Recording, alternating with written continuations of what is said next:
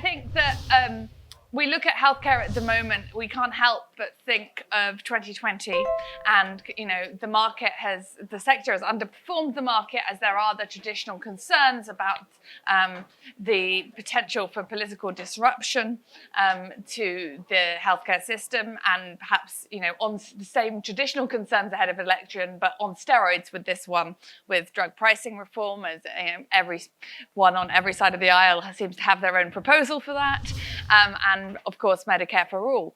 But what I'm excited about today is that we get to look past 2020 into the future and see some of the fundamentals of healthcare remain the same. There is aging population, there is huge unmet need, and now we are getting more and more exciting new technologies that will help us address some of those issues. So I thought that given you come from such different areas of healthcare and such different stages of investment, it would be great if we could start by sort of introducing yourself and saying what is the most sort of exciting opportunity in healthcare for you now. So Alex, do you want to start? Sure. My name is Alex Stenner from Sarissa Capital. Sarissa Capital, we're an investment fund, basically a value-based investment fund, where we use the tool of activism in most of our investments to sort of bring the companies to be run more optimally for shareholders. We think one of the issues in healthcare is that when you have a product that is successful, it's a really good business, and you have very high margins, very high barriers to entry that can allow for lackadaisical or suboptimal behavior that just doesn't occur or you can't get away with in most other industries. And we try to bring that and leverage that through usually going on the boards of the companies. In terms of we're very excited by the opportunity set in healthcare now. I think it's a really fun time for the sector generally. We are sort of contrarian in the sense that we're very excited by, we were talking earlier, we were very excited by, let's say, gene therapy. We see on average sort of better investment opportunities in some of the sectors that are maybe a little bit more out of favor and less kind of sexy. And this is something that happens with the sectors where they sort of, within healthcare, there's certain oncology nobody wants to do oncology, which was the case about a decade ago, and then a bunch of and most pharmaceutical companies got out of the business, and now it's sort of one of the hottest sectors. And similarly with gene therapy, those are two hot ones, and there's some that are less hot. That we generally find more value, say like in cardiovascular and diabetes. Some of those areas are something that I think is still huge unmet need, and the pharmaceutical industry is sort of becoming aware again about how many patients could benefit from new therapies there. Great. Annie Lamont. So we think of us as venture capitalists. We do venture and growth, and we're early to late. So we're all the way from $1 million investments, seed investments, to $60 to $100 million growth investments. And the way we think about innovation is that we are all about lowering costs and improving quality of life. Like that's the mission. I mean, what do we get excited about? I mean, everything we do is about that.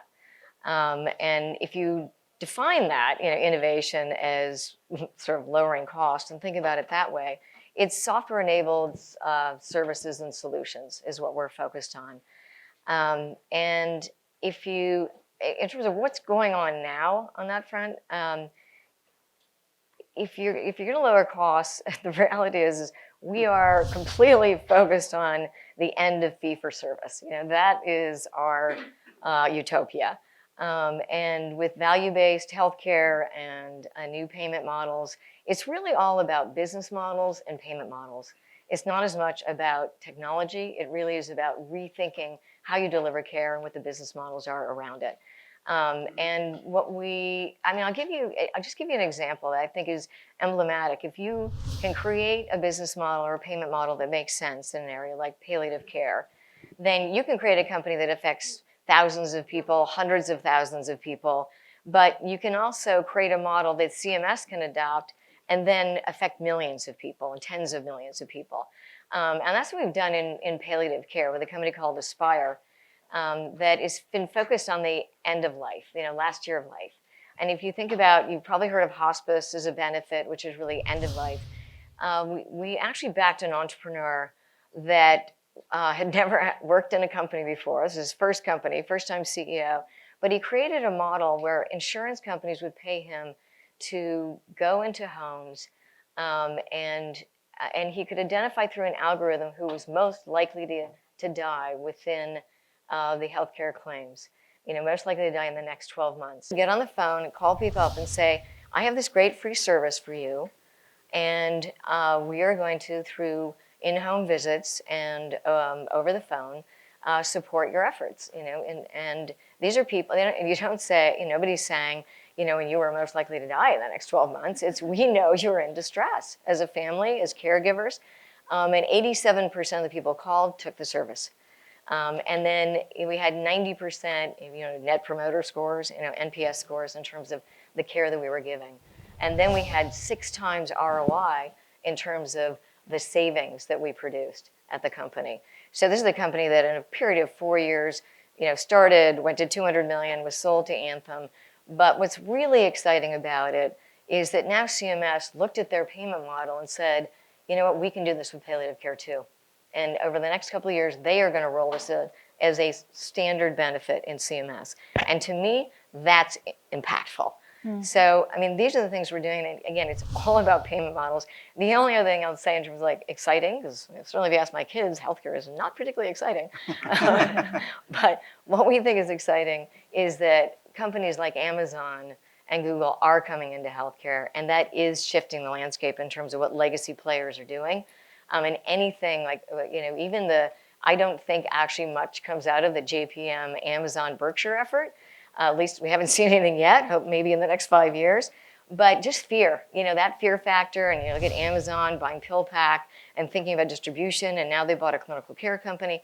These are really important moves, and it's helping to drive innovation, and they're certainly much more likely to work with our small companies.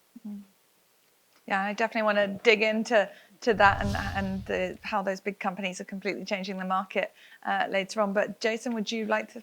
Sure. Your most exciting Jason thing? Bonadio with Alera Partners. We invest in the public space, and we look for disruptive opportunities, areas where there's unmet medical need, and also being aware of where there's excess hype in the marketplace. And picking up on something that Alex had mentioned. I look back, and when I started in the healthcare investment business back in 2001, the biopharmaceutical industry basically had 3 general types of modalities or treatments that they could use to help treat patients. You had traditional small molecule drugs. Aspirin is a perfect example of that. You had protein, recombinant protein drugs. Insulin is an example of that, and you had the beginning of antibody therapeutics. So, they were very limited in terms of, how drug companies could come up with new ways to treat disease. Today, you fast forward, the proliferation of just the number of treatment modalities that companies have at their disposal really has ushered in an unprecedented amount of innovation. You still have traditional small molecules, recombinant proteins. The monoclonal antibody space has grown into a $100 billion market. 5 of the top 10 best-selling pharmaceuticals are monoclonal antibodies. But even within that space, you now have companies engineering, doing protein and genetic engineering on antibodies, linking them to toxins, creating antibody drug conjugates, designing antibodies that are called bispecific antibodies that could target 2 cells at the same time. You have novel technologies like antisense oligonucleotides, which allow companies to develop biologics that can now treat targets within cells. You have gene therapy, gene editing. So just if you think about the number of treatment modalities that companies have at their disposal, that's why we're seeing unprecedented amounts of innovation when you even compare that to 20 years ago when companies really only had sort of 3 tools in their toolbox. Yeah, going far beyond the pill, but also much more difficult to spell. Yeah.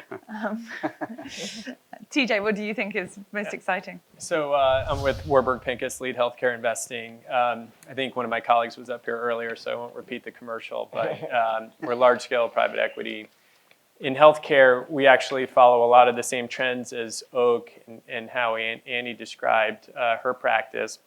But I'd say in general, we're the next phase of an investor in terms of size of our target companies. But we're always looking for companies that are at inflection points in their growth trajectory where we think we can bring something to the table other than just capital in the form of strategic ideas as to how to help management teams reach their objectives and other resources that we can bring to bear as a large global firm. In terms of just kind of listening to the panel here, we play in a bunch of different areas across really the spectrum of healthcare and across geographies. And there's lots of exciting things going on in the world of healthcare innovation around the world. Just listening to Jason's comments on gene therapies and cell therapies and oligos, which is the only way I can describe what you said. We tend to be the investor, as opposed to investing directly in the therapeutic and in the technology, if you will, that is driving that innovation. We tend to be the next step, the derivative, where we like to do, for example, picks and shovel, we call picks and shovel investing into those great end markets, which are seeing themselves a lot of capital accumulation. And so we'll provide the infrastructure that will help support these technologies to get to where they're going. So for example, contract manufacturing type operations that might house gene therapy products and technologies, and or reagent companies that are providing the inputs to a lot of the research around novel therapeutics. So we do that type of investing, but in terms of kind of something that is maybe less esoteric and where we spend a lot of time, and I think something that all of us in the room can think about and experience is just the role of the consumer. So a different area of innovation within healthcare, and maybe a little more along the lines of kind of what Annie was talking about. Pretty much as I look at my portfolio at Warburg, every investment, even ones that are really technology-focused software type investments, have some consumer-oriented element to them today. And I don't think if I were up here 10 years ago, looking at my portfolio 10 years ago, or living in the healthcare environment of 10 years ago, I would be saying the same thing. I think the Obamacare legislation, while imperfect in so many different ways, it did catalyze this sort of revolution of thinking around the consumer and empowerment of the consumer, both in the form of high deductibles that sort of came out of some of the Obamacare legislation and the ACA reforms, as well as other patient responsibility, coinsurance, and things of that nature, which has pushed responsibility on healthcare decisions, as well as financial responsibility to the patient and the consumer.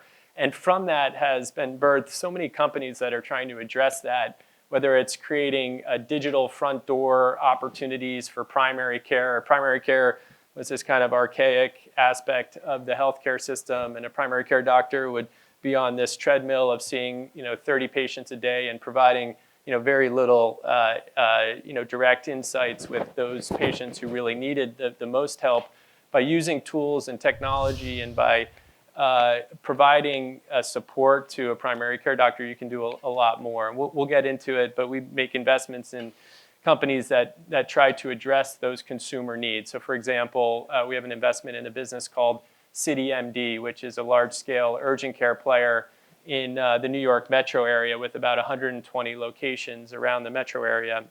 And it wasn't that necessarily when we made that investment, we were thinking urgent care is the end-all be-all in terms of investment thesis. In fact, there are some barriers to entry issues that would have led us in most markets to be a little more discouraged. But what we saw in CityMD was a pivotal role that company was playing for consumers in the marketplace. Net promoter scores of 75, a sort of Apple-like experience when you walk in the door, where you're not ever happy to go see the doctor, but where you're experiencing things as a consumer as you would want to, on demand, when you need the care. Very short wait times, easy to understand financial responsibility. The things that I think historically healthcare has really failed consumers around, or things that we've addressed through that investment. And now we're vertically integrating, and because our patients, like what we're doing, we're trying to do more for that patient population. And we did so through a big merger with a multi-specialty medical group, where we're now able to provide seamless integrated care, which can serve 90+% of all the healthcare needs of a consumer and their family. And so those are the types of things that we think about as innovating and trying to support the consumer on a very complicated journey, which is healthcare. Yeah, it's a very, very complicated journey for the consumer, and a very broad industry, as we can see from your exciting opportunities. I wondered, Jason, if you could, take us at the start of the process where the scientific discoveries start to become things that can be commercial opportunities. I mean, what's laid the groundwork for this huge range of investment opportunities that you were describing? All right, now that's a great question. I think investors, even specialists, forget about this. And if you look back over the last 30 or 40 years, there have been remarkable scientific advances. But if you look at the big ones, you go back to the early 70s, and you had the first discovery of enzymes called restriction endonucleases, and what those are molecular scissors. And that discovery basically ushered in the beginning of the biotech revolution. But it took 10 years to go from the discovery of these molecular scissors to the first biotech drug, which was Humulin, which was a recombinant insulin that was produced in bacterial cells. What this technology enabled was to turn a bacteria into little factories to produce biologic proteins. But that was a good 10 to 12 years from the scientific discovery to commercialization. Also, in the mid-1970s, you had the discovery, scientific discovery of production of monoclonal antibodies, which I had mentioned before. And scientists were able to take immortal cell lines from cancer cells and fuse those with plasma cells, which are the cells in your body that produce antibodies. But it took 10 years to get from that discovery, the creation of something that's called a hybridoma, to produce the first commercially available monoclonal antibody in, I think it was 1986. However, most of the antibodies produced at that time were made in mice, and they had really bad immunogenicity, and side effects were really difficult for patients. So it took another 10 years from that point for the industry to essentially humanize or re-engineer those antibodies. And in 1997, 98, you had the commercial launches of Rituxan and Herceptin, and that really ushered in the golden age of antibody technology. And like I said, now 5 of the top 10 best-selling drugs are monoclonal antibodies, and the industry is north of $100 billion. Today, probably if you wanted to compare where we are with some of the seminal breakthroughs, I think the discovery back in first publication back of the CRISPR-Cas9 gene editing tool in 2012 is probably on par with some of those landmark discoveries that we saw back in the early 70s and early 1980s. But just as we saw going through the recombinant evolution, there was hype, and then there was a letdown, and then there was a renaissance. We saw the same thing in antibodies, where there was a hype, there was a letdown, and then a renaissance, and now it's a viable therapeutic. I think CRISPR also, the gene editing companies, and I think it's a remarkable tool. It's going to accelerate the path of innovation. But if you look at history as a guide, there's a lot of iterative science that needs to be done between now and making a technology that really is safe and could be utilized in a lot of patients. So I think there was a lot of excitement around that when the first publication came out in 2012, and there's a lot of companies that came public, promising a lot of things. And I think we're going through a period right now where investors like us have the opportunity to sift through the hype, find opportunities where there's a lot of hype but not a lot of substance, and also find companies that are really innovating and are going to provide those cures. But I think we're still a ways. So when it comes to CRISPR, what are you looking for that will sort of last the duration, and what might fall away? Because the interesting thing about CRISPR is, remember, it's a tool, it's a research tool. So it enables a lot of cellular engineering, gene engineering, that you can manipulate cells. But one of the potential side effects is off-target gene editing, and that's one of the things that we don't really know. So that's editing the wrong genes, or editing genes in the wrong way. Where you could accidentally, God forbid, introduce a mutation that could cause a cancer or something. So again, if you use history as a guide, there's a lot of hype around these new technologies, and rightly so, but it takes a long time to get them to be commercial. I think a point to make too is that as Jason knows very well, there can be off-target effects, but there's also a lot that's not understood about these things. So gene therapies can go, and the vector, gene therapy is basically replacing a gene in a broken gene in someone's body, and you have a virus usually that infects the person that does that, and the virus can work properly in the sense that it can introduce that new gene, but our bodies are incredibly complex, and they react in ways that are just not obvious or understood at this time. So that everything can work well technically, and then you still end up having sort of bizarre, kind of unexplainable side effects, potentially even years later. Yeah, there's a lot of excitement about some of the technologies that doesn't take into account necessarily how much we know about biology. Right. Yeah. So Jason gave us a great history of scientific discoveries and how they became commercialization. Annie, what is your history of how we got to this point where there's a lot of opportunity to save money in the system? Obviously, we know there's a lot spent in places that didn't necessarily need to be spent, and also, a lot of pressure to save that money right now. Well, Jason's reminding me, I did 15 years of investing in biotech, and as I got older, I got less and less patience. Time for it. So what I think was fascinating about healthcare is it's really the only industry where technology has only increased cost. I mean, if you think about technology everywhere else, and even information technology, it's all about efficiency, more productivity. And clearly, I mean, obviously from the life sciences side, the technology has been amazing in terms of life-saving drugs and diagnostics. But there's so many technologies that have been introduced because it isn't a free market, right? It isn't an efficient, well-functioning market.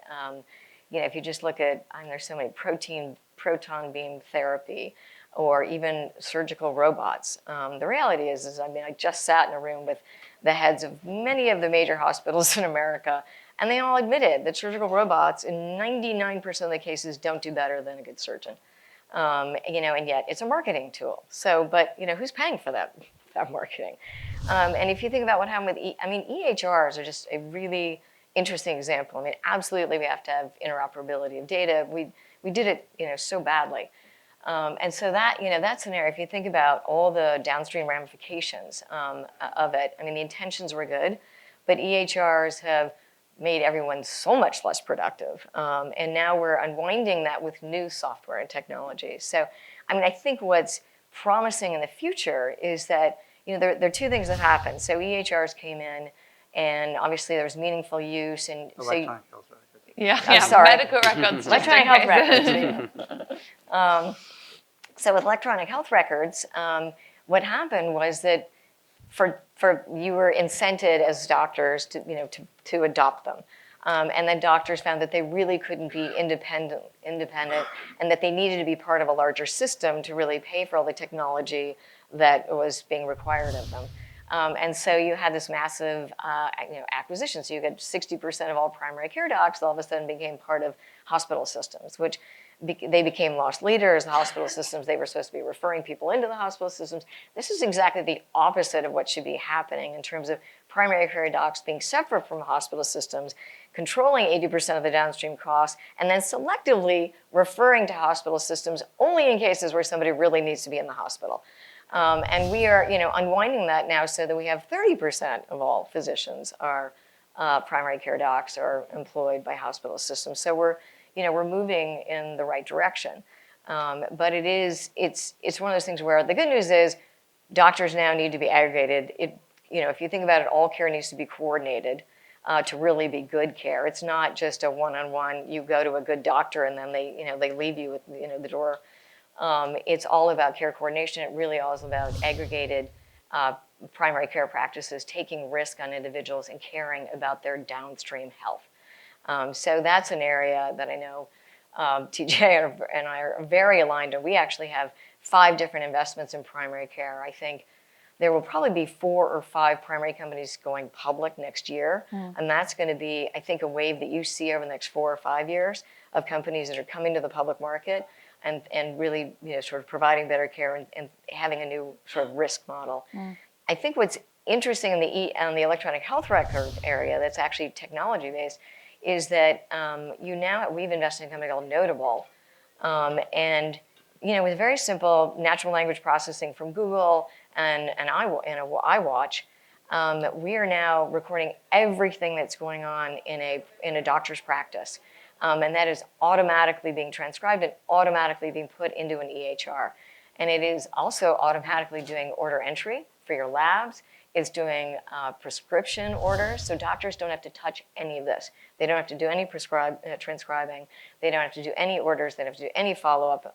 It is all automatically taken care of. It is saving doctors about an hour to an hour and a half a day. So it's the first thing I've seen that actually transforms a provider experience. And it's also the first thing that changes the whole electronic health record business, which is now sort of dominated by 2 providers, Cerner and Epic in the United States.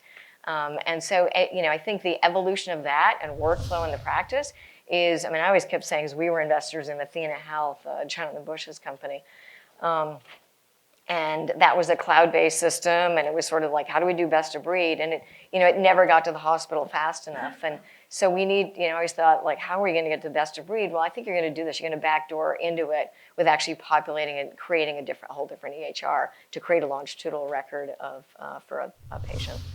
So just back on the primary care, Yeah. I was fascinated to hear you say that you don't think that Amazon, JP Morgan and Berkshire Hathaway's venture is necessarily going to save the healthcare system. Obviously, some people are, and as you said, some people are running scared. What do you think? Where do you think it potentially falls down? Well, I think right now it falls down on, I hate to say it, but on management and alignment of the interests of the parties that own it. I think they've got a phenomenal individual in Atul Gawande who's running it, but he's also running Aradni, his palliative care, so he has sort of his own research entity.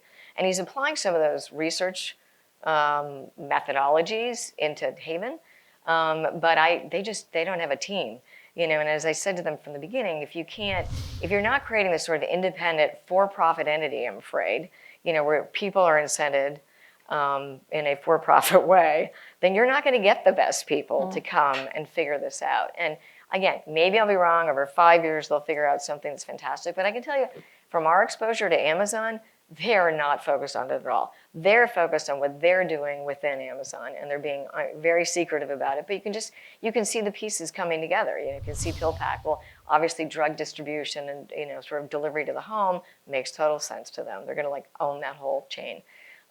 You can see they've just are acquiring a primary care, an employer-based primary care group, and sort of rolling out clinics. So you could see that in terms of the virtual integration. And I talked about virtual primary care along with on-site. So they're moving, they're doing things that are really interesting. I'll weigh in on that too. So I think their joint venture, or whatever they're calling it, is called Haven. And while I tend to agree with you that, at least for now, we haven't seen them make much progress, I think they're onto the right problem. The problem being what Buffett describes as the tapeworm of the US economy, which is healthcare. The fact that there's 150 million Americans who are insured through their employer is kind of a bizarre phenomenon to begin with, which dates back to post-World War II wage caps and the advent of employer-sponsored healthcare, which has obviously huge tax benefits associated with it, which encourages overspending and which over time has evolved, and employers have continued to use healthcare and associated benefits as a way to differentiate among themselves and to attract interesting and talented employees and to retain those employees. And so we've kind of come to a point where employers have sort of lost control. And even though they're the largest payer in the US healthcare system, they don't act like it. And so I think what Buffett and Amazon and JP Morgan have identified is something that needs to be changed. And with that comes opportunity. And there's a bunch of companies that are addressing those issues and doing it pragmatically and in a for-profit way, which I think is absolutely consistent with trying to solve these problems. And there are companies that are really interesting that we like a lot. Companies like Quantum, for example, and a business called Accolade they're kind of in this world of what they call healthcare navigation, where an employee doesn't know where to go, what doctor to see, how to address some sort of critical or chronic medical condition. There's a lot of also point solution technology companies that have come up to help address issues for employers. Livongo is one that's now public and is making headlines, and there's a bunch of others. And so it's a big problem, and it's not isolated to the employer, but we spend a lot of time thinking about the employer and how we can solve problems. And as a derivative, as I started earlier, the consumer and the employee, because what the employer is now doing is saying, okay, well, I'm just going to push more responsibility and make it the consumer's problem and turn what has been more of a defined contribution into or rather a defined benefit into a defined contribution, where they're saying, okay, we're going to pay this much, and then consumer, you go and through a high deductible or otherwise figure it out. And the employee and the consumer can't just be left to do that on their own. And so now there's all sorts of tools which are enabling that consumer to make better decisions, whether it's just simple stuff like transparency, understanding prices, which you would think in any industry around the world is kind of goes without saying. That's the foundation of business. There's a price and there's demand and supply, and consumers make decisions around whether they want to purchase it. Clearly, that's not the case in healthcare because of this archaic system that has developed over decades, and for reasons which I don't think were originally intended. But the good news for us is that it does create opportunity to try to solve these big problems, and I do think Haven is trying to address that. We'll see how successful. And do you think, and I'm going to ask the other panelists this as well, but do you think that the political situation puts any of that innovation at risk? Absolutely. I think if the industry doesn't self-regulate, and Annie was sort of speaking to this in some regard, as she talked about technology actually exacerbating costs, which is counterintuitive by almost any standard. And I don't think she meant it to be all-encompassing. There are certainly technologies that are improving costs and productivity. But what I think this industry needs to do is address the issue of spiraling costs, and that will likely have to happen and is happening through payment reform. And that's something that CMS and CMMI have been spending enormous amounts of time trying to shift the risk dollar away from the traditional houses of risk, the insurance companies or the employer in some cases, to the provider organizations that need to deliver quality but need to also have a value orientation. And that is, we agree, part of the solution here. And if that's not accelerated, because frankly, it's not moving fast enough, then regulators will come over the top and impose things like Medicare for All, which has a bunch of different definitions and we could talk all day about, but which really doesn't at its foundation solve the problem. It sort of maintains more of a get paid for what you do paradigm, and that's actually going backward in time and probably to the detriment of overall care and the derivative impacts on the economy. Yeah, I mean, I couldn't agree more, and you're right. It's like, but I want as much pressure as possible on payers and providers. So I actually think, some government, some fear-mongering might be a good thing in the sense, and actually from an innovation perspective, it may not be good for legacy, but from an innovation perspective, I think it's a great thing, because then they're actually going to be, forced to think about, how do I deliver care differently? How do I think about insurance differently?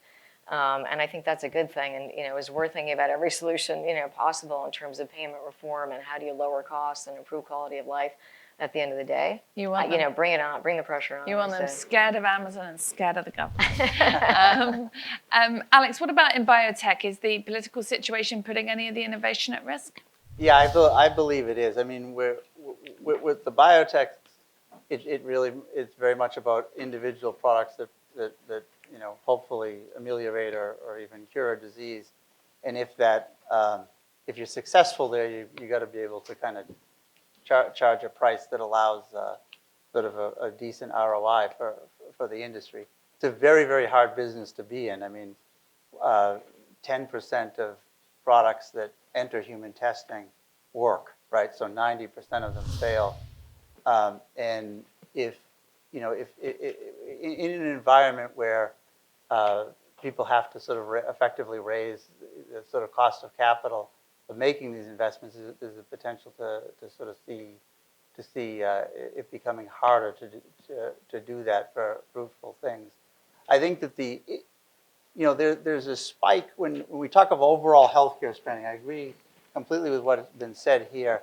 With the specific part where it's on the spending on therapeutics, to me, it's sort of a natural process that, as innovation has produced new therapies that were basically, kind of therapies for effectively untreatable diseases, so quality of life for society should go up, and that's a measure that one can argue about. But over the long term, it certainly has been, and it's reasonable to pay for that.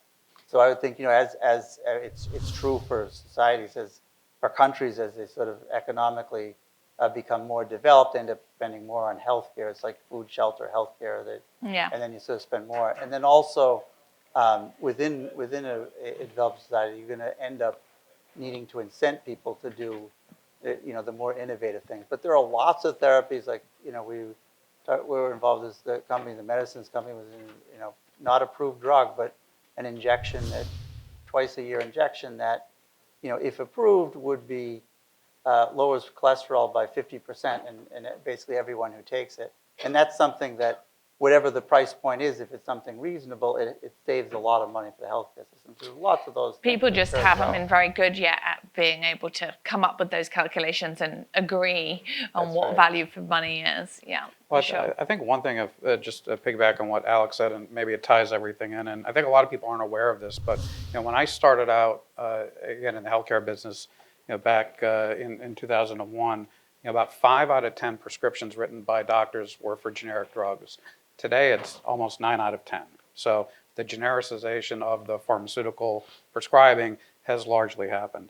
And another statistic that I think a lot of people don't appreciate is that of all healthcare dollars spent in the United States, only about 14% of it is on branded biopharmaceutical drugs. So it's a minority of healthcare spending. And as Alex alluded to, a lot of these drugs save lives, reduce morbidity, keep patients out of the hospital where a lot of the cost incurs. So, in terms of finding dollars to save, big dollars to save in the overall healthcare system, targeting, that industry, which, they've been the scapegoat for years. I think you're not going to get the savings. Right? Is They have pretty good lobbyists. The pharma industry will say 15% again and again. Yeah. I'm going to quickly open the floor for questions. Is there any questions? I actually have one. The 2 drug people. Oh, there's a mic coming. Oh, sorry. No. Yeah, it's pressure. So I'm interested, there's 2 drug people, 2 process people. Where do you see the Amazon of healthcare? Like, what is the big change that's just going to flip it? Because, to TJ's point, it's an archaic system with the pharmies, and drug pricing is sometimes a bit random, having worked with some of them. Do you see some big game changer, whether it be on a business model perspective for Annie and TJ, or on an innovation with, getting that drug to market quicker, for the LPs and the other funds in the room?